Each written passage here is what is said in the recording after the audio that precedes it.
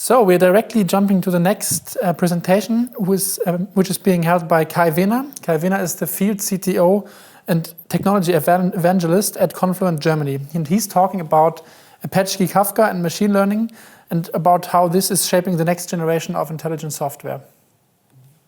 Happy to hear your thoughts. Hi, everybody. Thanks a lot for the introduction. I'm just also sharing my slides.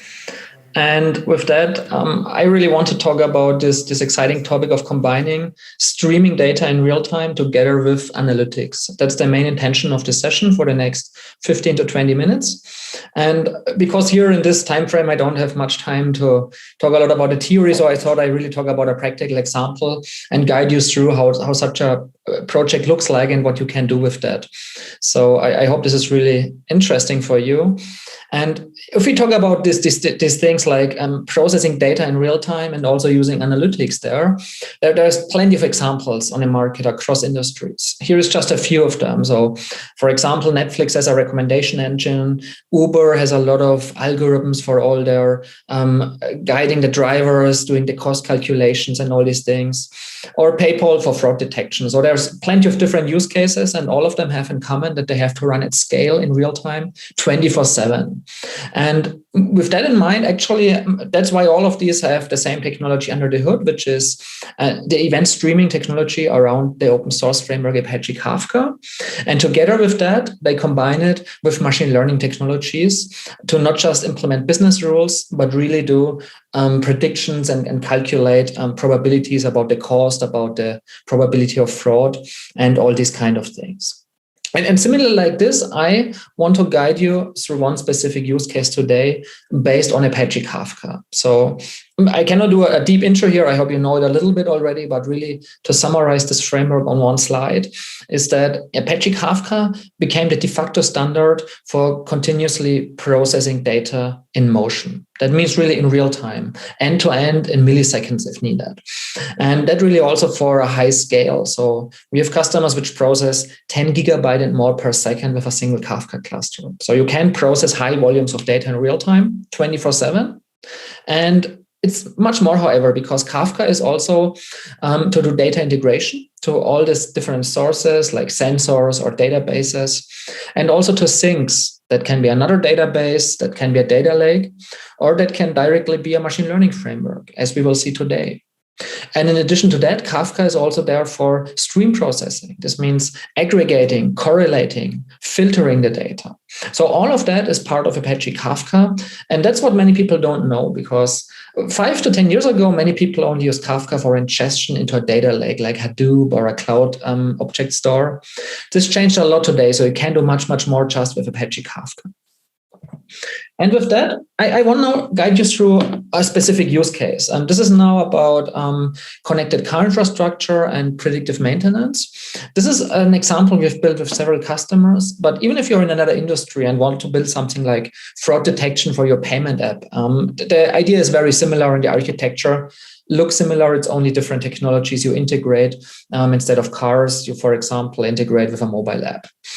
And the main idea here is you can see in this picture, you have a lot of data from different systems typically. Like in this case, we have hundreds of thousands of cars which produce sensor information continuously. And in parallel to that, you typically also integrate to other systems like databases and maybe your CRM system. And then you use that data and correlate it to get value out of that. And on the one side, this can still be traditional batch systems like a technology like Apache Spark, where you continue batches of data at once, like for an hour to create a report. But you can also use Kafka directly to do real-time processing for alerting, for example, or for real-time monitoring. And this is the common setup I want to talk about today, because this is actually what, in this example, automotive companies often have already built. And then as a next step, they want to make the business logic better. And this is where we come to our topic today, because they want to enhance this architecture with machine learning. Because right now, what you see here, it's just a real-time monitoring system with some business logic and some reporting. And we can make that better if we combine that with machine learning in real time. And I want to show you in the next 10 minutes or so how that looks like. So And the funny thing is actually, we see this a lot in the real world. So many of our customers on general big enterprises, they have their separate data science teams and units. And they build great analytic models, for example, with Python and with a Jupyter notebook. But then the big problem is they are not able to deploy these models in production, because there you face completely different questions, like how can you process data from 100,000 cars in real time? That's not what you do with a Jupyter notebook and with some Python code. And if you want to run that 24/7 because it's mission critical workloads, then that's a completely different challenge than doing just a little bit of analytic workloads in your data lake. And this is now where we see how Kafka is typically combined with machine learning, like you've seen in examples before from Netflix or PayPal or Uber. So what does that mean? So and I think at this conference, most people understand how machine learning works on a high level. But in the end, the idea is that you have historical data and train a model on top of that on the one side. This is still a batch process. And then when you have found these insights with this algorithm, then you can deploy this model to a production app where you use it to do predictions on future events.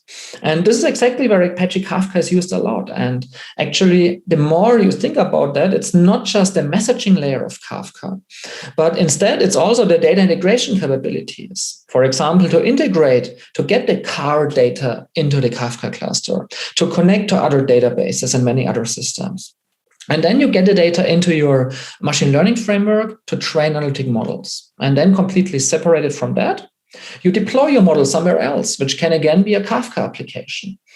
And this is on a very high level how Kafka and machine learning are very often used together to build this whole infrastructure, both for the training process, but then even more interesting for the deployment and online monitoring process, because that's what has to run 24/7 in real time. And so this is why we see this combination so often. So let's go back to our architecture about connected cars and add machine learning here. And the great news is this is actually pretty straightforward. This is easier than many people think.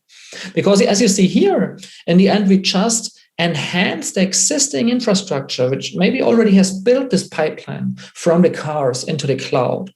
And here now we add machine learning technologies. In this case, in green, as you see here, first, we consume from the streaming platform to train the model. So this is the model training process. And then as our second step, we deploy our model in another application where we do the predictions with the data in real time. These are separated processes. But in the end, you can either build a completely new application, or like in this case on the right side, we are enhancing the existing real-time monitoring system with an analytic model to make better business logic by applying machine learning to these existing systems. And there is, of course, many different kind of architectures which are possible. What I want to do now is I want to show you a little bit more the steps how this is implemented at our customers typically. Because machine learning infrastructures are very complex if you want to do that 24/7 at scale. And hence, here are the steps we see how that is combined with Kafka. So first of all, we need to ingest the data of the different data sources, like in this case, like from the cars. So here, very often you can directly do that via Kafka Connect. In this case, for example, for connected cars, it's very often done via MQTT. So you would use the Kafka Connect MQTT connector. On the other side, as I said, there's many different patterns. So we also see many customers in the space which have a production Kafka cluster where they run their 24/7 workloads, which you see here at the bottom left. And then from that cluster, they replicate the data into an analytics cluster. That's maybe then in the cloud, and that's maybe then where you also connect your data lake. So this can be separation of concerns, so that you run your mission critical workloads on one cluster and your analytical workloads on another Kafka cluster. That typically has very different scale and very different SLAs. But this is where you're very free in choices what you want to do. And then when you have ingested the data, then you need to process it. So that's actually the same what you need to do in your Jupyter notebook when you do rapid prototyping. But the big difference is, as I said, like in these examples I showed you before, this has to run 24/7 at scale in real time. That's not Python code typically. That's not a notebook. And that's why you can also use Kafka for all the data processing, where you continuously process the incoming data, correlate it to information from other systems or databases, and then send it to the next target. But all of that in real time at scale. And therefore, it's similar things like you do in a notebook, right? But it's built with a technology that scales well in real time. And with that, you also don't have to re-engineer things, because in the past, because so many people have trouble deploying their Python models, they re-engineered it and built the same business logic in Java. And so it's really hard to do that reliably if you have two different code bases. And with Kafka, both actually can use the same code base. So here's an example for that. So here you see where we still use our Jupyter notebook with Python, but we also combine that with KSQL, which is a Kafka native technology where you write just SQL code to do the processing. And in this case, you can do this in your Jupyter notebook for the rapid prototyping parts. But then later, you can also deploy the same queries to production. And this is the key here, how you can solve this impedance mismatch between the data scientist and between the production engineers. And you can still combine it with all your favorite Python tools like NumPy and scikit-learn and so on in your notebook. And that's the benefit of that. So after all the data processing, you need to ingest it somewhere to do model training. So still the most common way today is to ingest it into a data lake. So that can be something like Spark or Databricks for Spark ML, or this can be a cloud service where you use the machine learning services, or you use an open source framework like TensorFlow.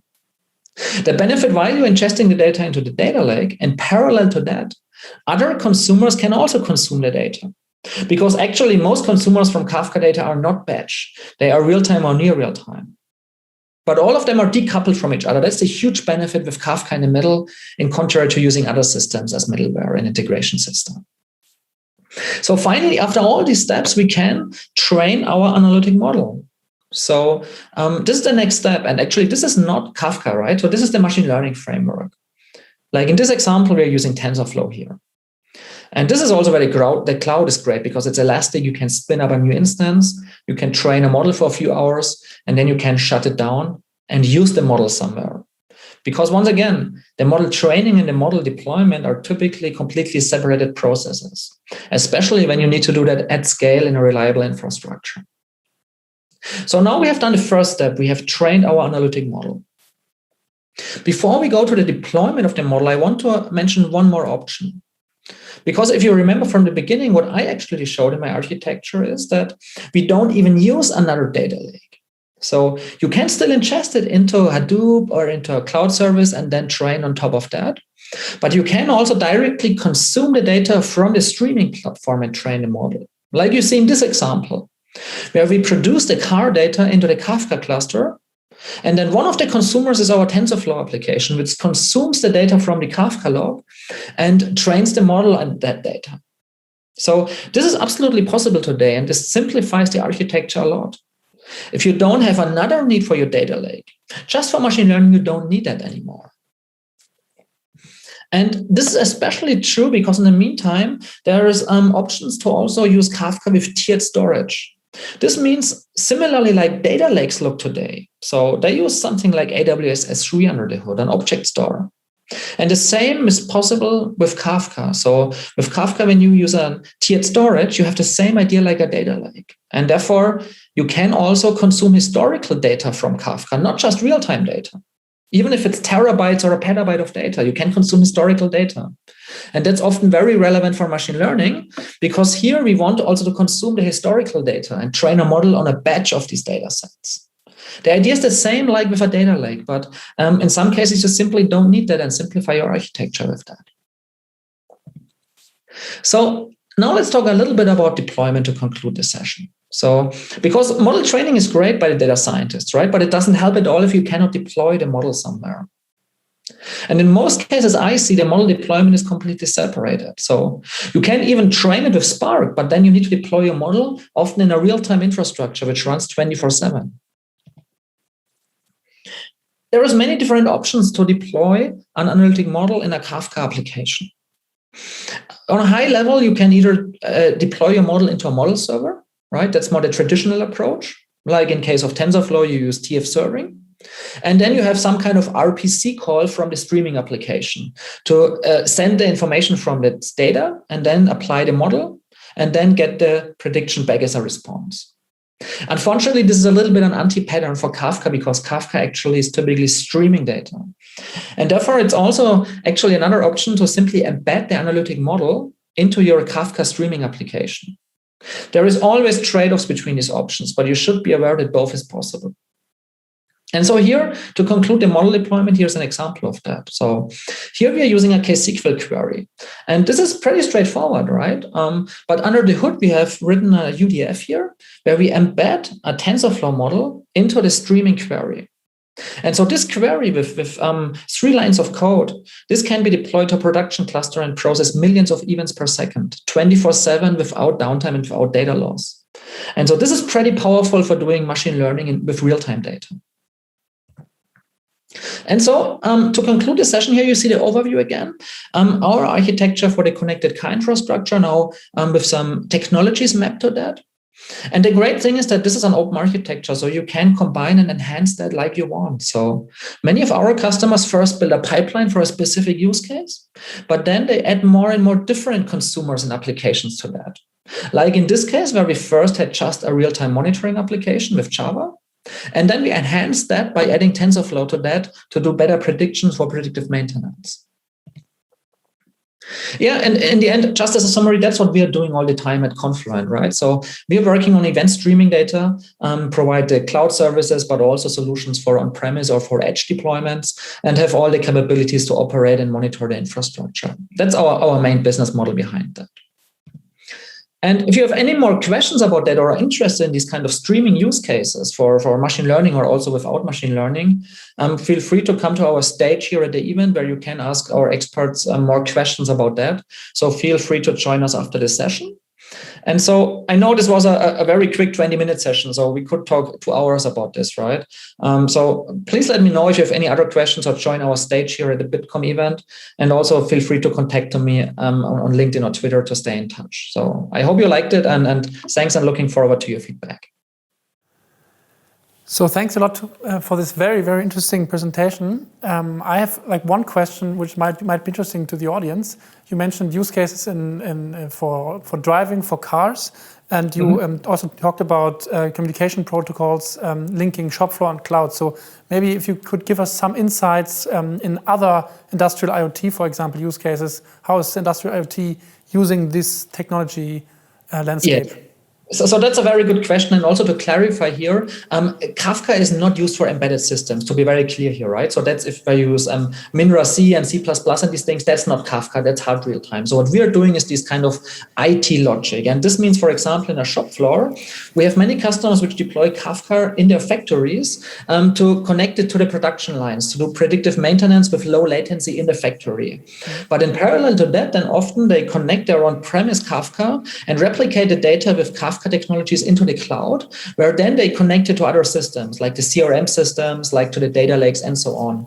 So there's a broad spectrum of use cases. Or the other example I want to mention in the smart factory is that more and more customers build an open data historian on that. That's what in the past was very proprietary technologies like Modbus and Siemens S7 and so on.